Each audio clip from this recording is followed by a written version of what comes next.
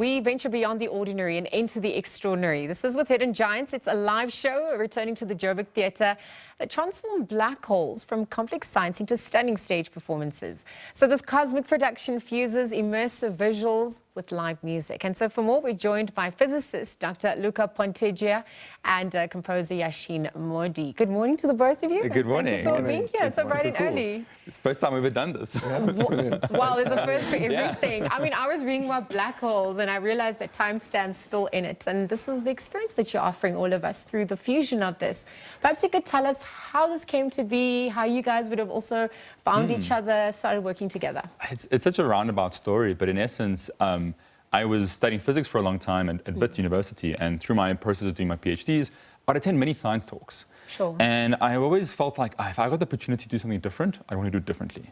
I want to make people feel something more emotionally, because it is the emotions which make us excited about the world. Yes. And so then I basically got a job at Discovery, and that's ultimately where Yash and I met.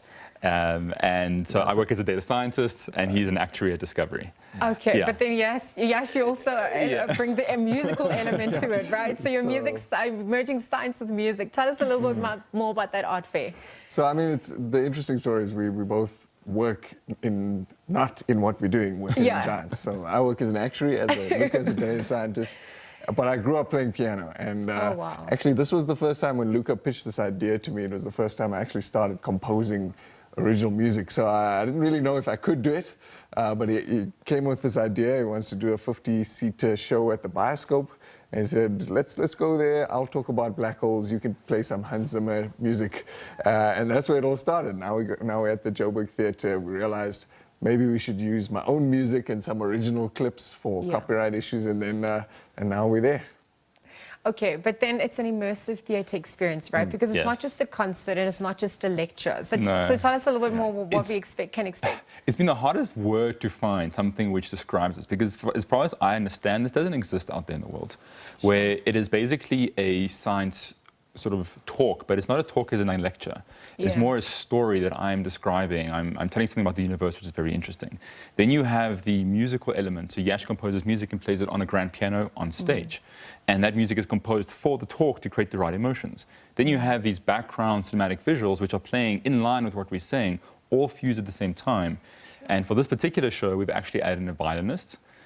First time we've ever done that, and we've added immersive sound. So surround sound that comes up, so you said the sun comes up and you have this rumbling of the sun going throughout the theatre. And these all coming together exactly the same point to create a very immersive I didn't even think about the sun having a sound. That's a lecture for me. It technically has a sound, we just can't hear it. You know, exactly.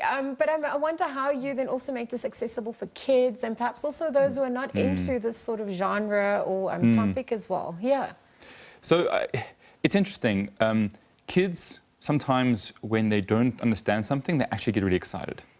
Whereas adults, sometimes when they don't understand something, they get frustrated. So the idea is we want to create an experience that is a story-driven experience first. And the story accesses all minds, young or old. The visuals and the music essentially bypass any elements where people sometimes get lost in the technical part of it, and that's completely okay. We're not trying to teach someone, we're trying to give someone an experience and a story. So I think the combination of those elements really give a wholesome experience from 8-year-olds to 80-year-olds, different backgrounds, no matter what you know about the world. Can I, do you want to add something? Yeah, and I think it's almost like watching a movie. You almost don't realize the emotions and the journey that you're going through. And that's exactly the feedback we've gotten when we've performed at a few schools. We've done about 6 or 7 schools around the country, and the kids come up to us. A group of them come up after the show and they say, I almost got lost in the story. It didn't feel like a talk or a lecture. It felt like an experience. So what have you both then learnt about yourselves through this? Because whilst we're looking out there to the universe, it's also inside of us. Tell us a little bit more about that. You can go. I've learned I love storytelling. I absolutely love storytelling. I've learned that there's an incredible creative process in taking the complexity of the universe that I've had the privilege to have learned about through technical mathematics and physics, and recognize the beauty there. And I've learned that I'm able to transfer that beauty to other people through a language that they can understand. And so I have essentially this creative conduit within me that allows people to understand something which they wouldn't otherwise. And I've learned that I'm good at that, and I really, really enjoy that. And now you're sharing that with us. Yash, what about you? For me, it's about the improvisation and the randomness of performance. You know, I come from an actuarial background. Yeah. Everything's very defined, defining risks, analytics.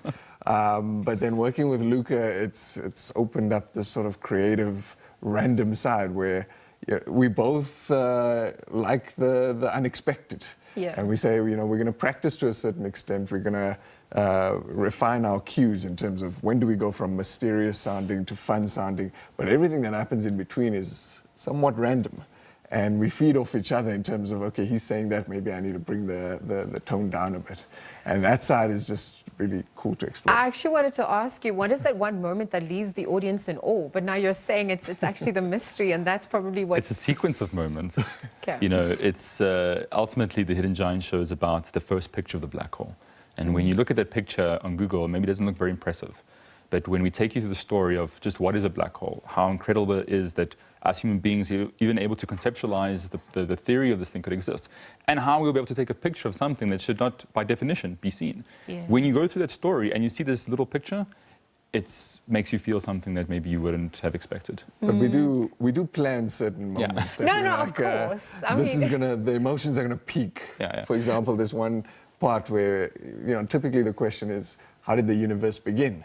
So we say, on this part of the talk, what if we ask the question, how will the universe end? And then we start from a really like a solar system view, then keep zooming out on the universe. Eventually, it's, so the funny thing is, the point is we want to try to create like real emotions, and so sometimes we try like create an emotion of despair or sadness, but then sort of contrast that with extreme lightness and happiness. And so if you look at any story structure, it goes sort of happy, it's wavy. And we have to be wavy in all sort of modalities. Yeah. What are some of the existential questions you also answer? Are you the audience allowed to pitch some of those questions to you ahead of time as you're rehearsing or as you went to the schools? How did you answer those then? So it's not the existential questions. Maybe are more people feel that during the talk, okay. And then afterwards they'll ask us. But really, it's not so much about like those types of questions. It's more about what do you have inside that you haven't accessed? So like for this particular talk, it's about curiosity. Sure. It's about that we all have that ability to be curious, and we have these great potentials inside of us, and we can unlock that by being curious. So the philosophical question we're trying to bring to the surface is this idea of our curiosity. Okay. But if people have these big questions afterwards, then we ask them afterwards. So May 8th and 9th at the Joburg Theatre, right? That's when it's happening. Yeah. Thank you, Yash. Thank you, Luca, for joining us this morning. Physicist and storyteller, Dr. Luca Pontiggia, and composer, actuary, Yash, again this morning joining us. The visionaries behind Hidden Gems, as I mentioned, happening between the 8th and the 9th of May at the Joburg Theatre.